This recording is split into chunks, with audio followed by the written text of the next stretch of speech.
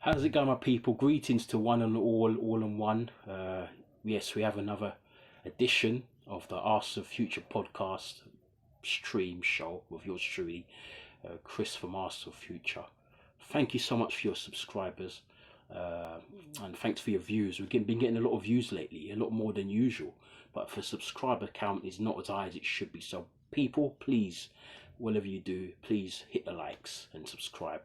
Yeah, without much ado, we're here to talk about the late review. This is called the late review show, the Arsenal versus Newcastle match from February the 24th, so more or less just 10 days ago.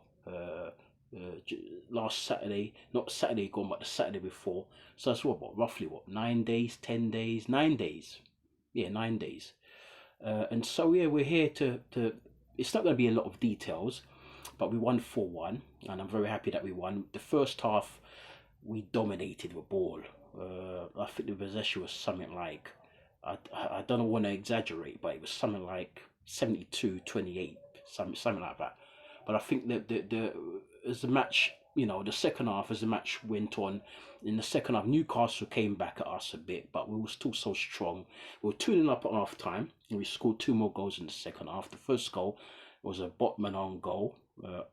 We all thought it was Gabriel, but it came a Botman, the Newcastle defender, the Dutch defender, and I think it's Tan Botman.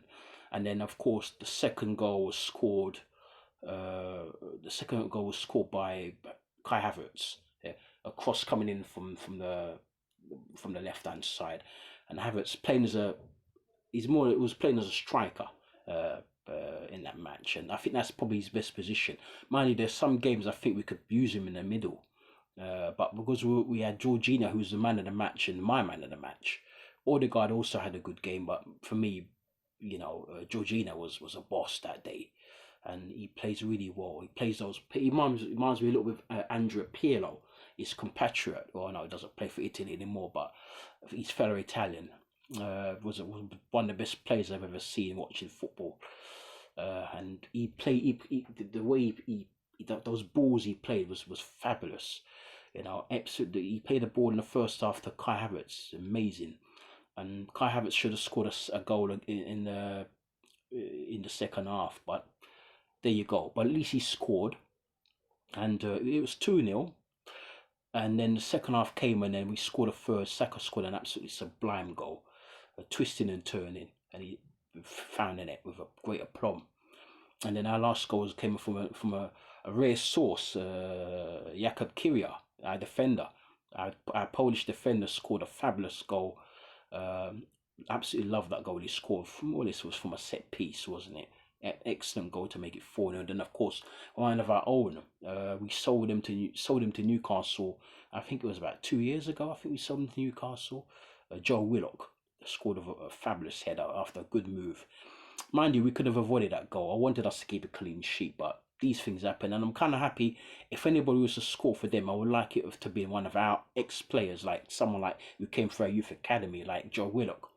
And I've always thought Joe Willock was a humble, down-to-earth guy, but just wasn't quite at the Arsenal level.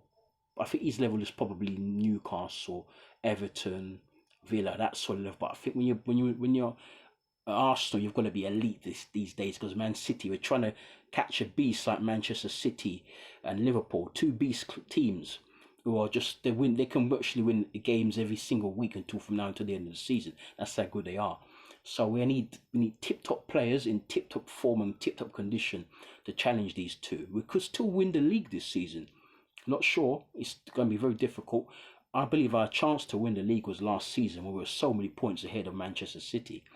And then we had injury to, I think what derailed our season was the injury to William Saliba, and then that was it. And then Thomas Partey got injured as well. And then, because if you remember, for those of you who remember, we were playing really well up until about, let me see, I think maybe up until about the injury to Saliba against Sporting Lisbon.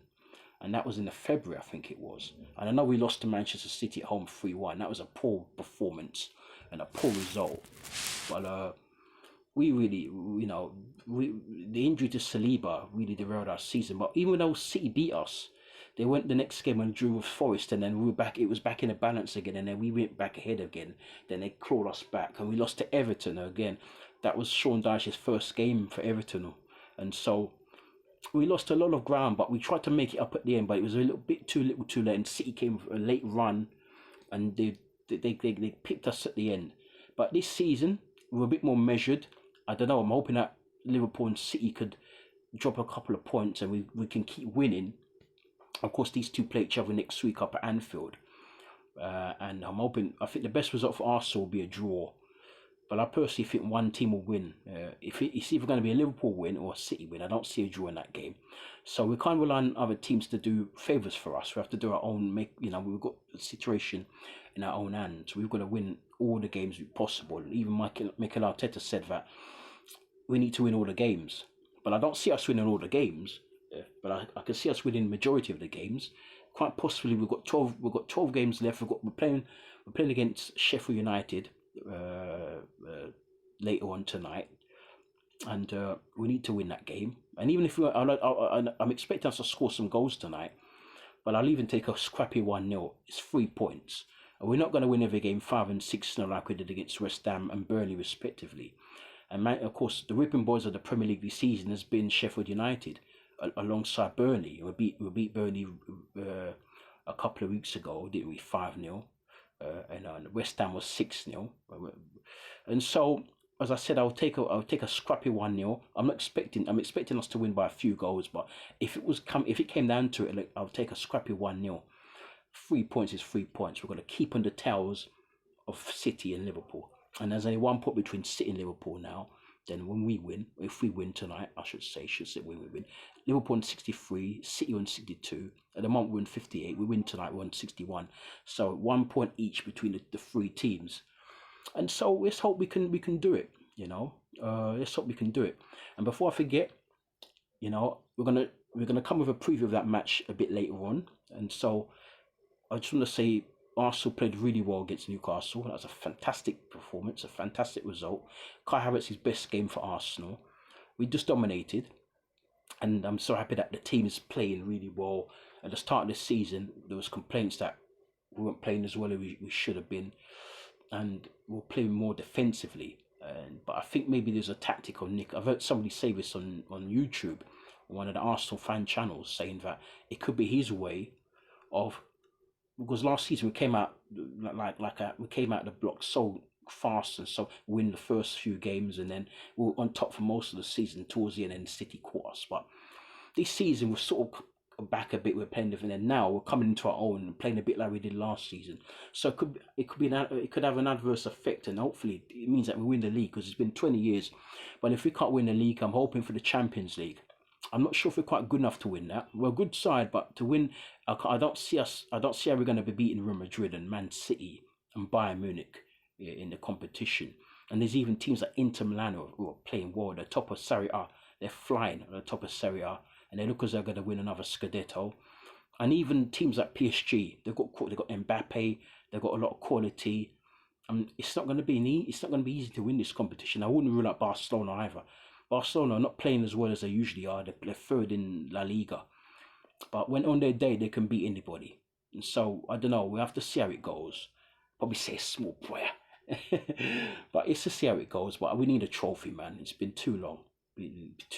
Anyway, you take care of yourselves out there. If you're going to the match, you look after yourselves. If you're up at Sheffield already, take care. Wherever you're watching the match, just take care, look after yourselves, and keep warm, because it's still pretty cold. In another about 3 or 4 weeks, we're gonna have spring, so it's still pretty cold. So look after yourself, keep warm, and travel safely. Yeah, and don't forget to hit the like button and subscribe to the channel. And as I said, this channel is going to change at the moment. We need the funds. We're going to get the funds, and then we're going to start changing a lot of things with the channel, the cameras, the graphics, and so on. We're going to be trying to interview guests if we can. We're going to try and do live streams. But the channel is still fairly young. It's only 9 months old. So, we're going to take baby steps, and hopefully I don't want to look too far ahead, but hopefully this time next year, or even around Christmas time, we should be steaming. We should be blazing, and hopefully we are. And just keep an eye for this channel. And as I said, support it by, we're not asking for money. Just hit the likes, subscribe to the channel, share the videos if you can. Yeah. Take care of yourselves, and leave your comments down below. Love you all to the max from the heart. Bless up, guidance. Come on, you Gunners.